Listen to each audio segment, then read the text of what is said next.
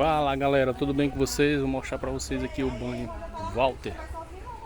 Que um banho aqui que tem chalé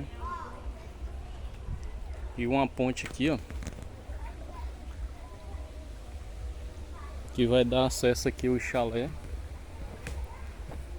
Vocês veem aqui que tem vários chalés aqui nessa parte aqui, onde as pessoas alugam. Pode passar aqui na noite, o dia. A outra aqui, ó, tem um acesso aqui também para tomar um banho.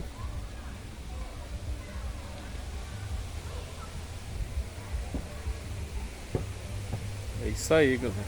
Vou mostrar aqui para vocês essa outra parte aqui, que é onde o pessoal toma banho.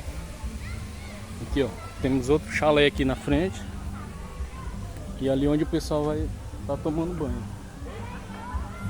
É uma área maior, mais arejada, entendeu? E aqui, ó, essa parte aqui todinha onde o pessoal vai tomar banho. Legal?